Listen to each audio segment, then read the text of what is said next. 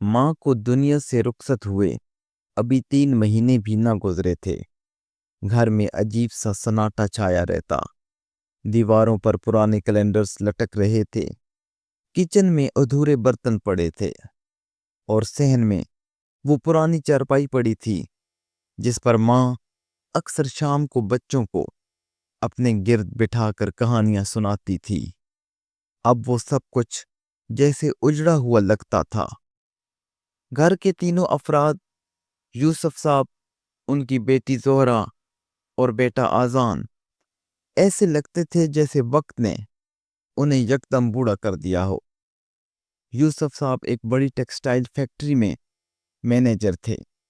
दयानतदारी उनकी पहचान थी। मेहनत, असूल पसंदी और शराफत उनके खून में शामिल थी। मोहल्ले के लोग उनका नाम इज्जत से लेते थे।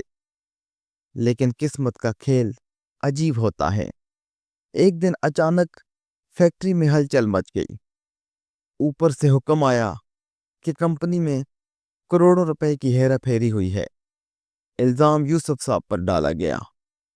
फैक्ट्री के मालिक अजीज शेख ने सबके सामने कहा, यूसुफ, हमें तुम पर भरोसा था, लेकिन तुमने ही हमारी जड़ें काटी। ये तमाम जाली इनवॉइसेस और बैंक ट्रांजैक्शंस तुम्हारे नाम पर हैं। यूसुफ साहब हक्का बक्का रह गए।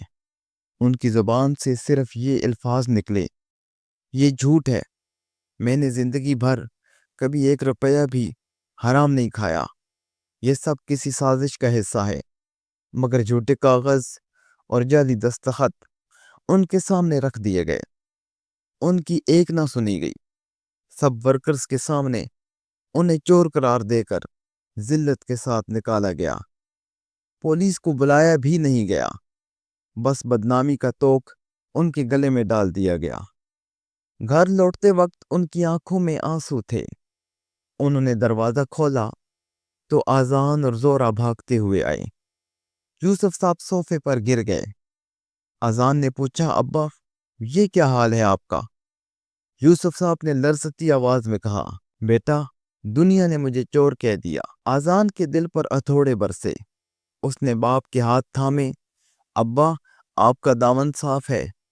मैं वादा करता हूँ, एक दिन सबको सच दिखाऊंगा। एक दिन दुनिया आपको सलाम करेगी। जोरा की आंखों में भी आंसू तैरने लगे। भाई, हम सब अब्बा के साथ हैं। ये इल्जाम झूठ है। अल्लाह एक दिन हमें इंसाफ देगा। लेकिन हालात ने घर को मजीद अंधेरों में धकेल दिया। माँ पहले ही फौत हो चुकी थी। अब ये नया तूफान उन सब पर बिजली बन कर गिरा। जोरा ने अपनी पढ़ाई जारी रखी। कॉलेज में उसकी मुलाकात आदिल से हुई। आदिल एक खुश अखलाक और नेक दिल नौजवान था जिसका तल्लक एक अमीर घराने से था। वो जोरा की सादगी और वकार पर फरेफ्ता हो गया। कुछ दिन बाद उसने जोरा से कहा, जोरा, मैं तुम्हें चाहता हूँ। तुम्हारी आंखों में अजीब सी सच्चाई है जो मुझे कहीं और नहीं मिली। जोहरा ने नजरें झुका ली। आदिल, ये रास्ता आसान नहीं है। मेरी दुनिया मेरे भाई और वालिद हैं। अगर वो राजी न हुए तो मैं तुम्हारे साथ कभी नहीं चल सकूंगी। आदिल ने मुस्कुरा कर कहा, मैं तुम्हारे हर दुख में साथ हूंगा। वक्त गुजरता गया और दोनों के दिल करीब आते गए। लेकिन किस्मत को शायद ये रिश्ता भी हजम न था। एक दिन जोहरा को इल्म हुआ कि आदिल का बाप कोई और नहीं बल्कि वही शख्स है, फैक्ट्री का मालिक अजीज शेख, जिसने उनके वालिद पर झूठा इल्जाम लगाकर जलील किया था। ये खबर जोहरा पर बिजली बनकर गिरी। यूसुफ साहब अपनी बदनामी का बोझ ज्यादा दिन ना सह पाए। मोहल्ले के लोग बातें बनाते, कोई ताने देता, कोई नजरअंदाज करता। एक रात दिल का दौरा पड़ने से वो दुनिया से रुखसत हो गए। जाते जाते आजान का हाथ अपने हाथ में देकर कहा, बेटा, मेरा नाम साफ करो। ये अल्फाज आजान के दिल पर कंधा हो गए। वो कब्र पर खड़े होकर रो पड़ा। अब्बा, मैं आपका वादा पूरा करूंगा। आप पर लगने वाला धब्बा अपने खून से धो डालूंगा। आजान ने छोटे छोटे कामों से शुरुआत की। कभी छोटा सेल्समैन बना, कभी मजदूरी की, कभी रातों को पढ़ाई की। दिन को खून पसीना बहाता اور رات کو کتابوں میں ڈوب جاتا۔ بزنس، اکاؤنٹس، سرمایہ کاری، سب کچھ سیکھتا گیا۔ سالوں کی جدوجہد کے بعد آذان نے اپنی چھوٹی کمپنی کھڑی کر لی۔ پھر ایک کے بعد ایک کامیابی اس کے قدم چومنے لگی۔ وہ بزنس کی دنیا میں ایک جانا پہچانا نام بن گیا۔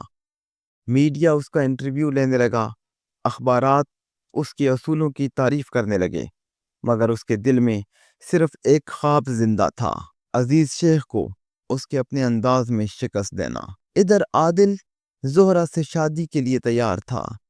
اس نے اپنے والد عزیز شیخ سے بات کی، لیکن عزیز شیخ نے تیز لہجے میں کہا، کبھی نہیں، اس لڑکی کا باپ چور تھا، ہمارے خاندان میں ایسے لوگوں کو جگہ نہیں مل سکتی۔ عادل نے کہا، ابا یہ الزام جھوٹا تھا، میں جانتا ہوں زہرہ پاک باز لڑکی ہے۔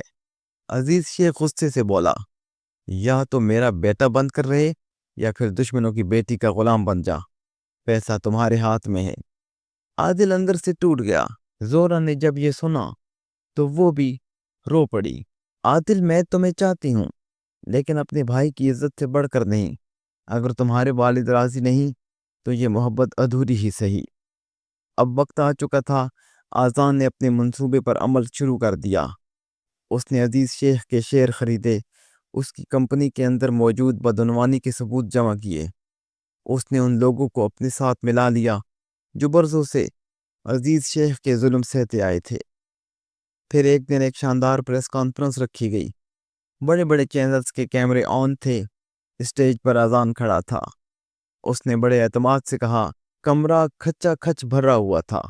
رپورٹرز چیخنے لگے، کیمرے فلیش کرنے لگے۔ عزیز شیخ کے چہرے پر پسینہ چھا گیا۔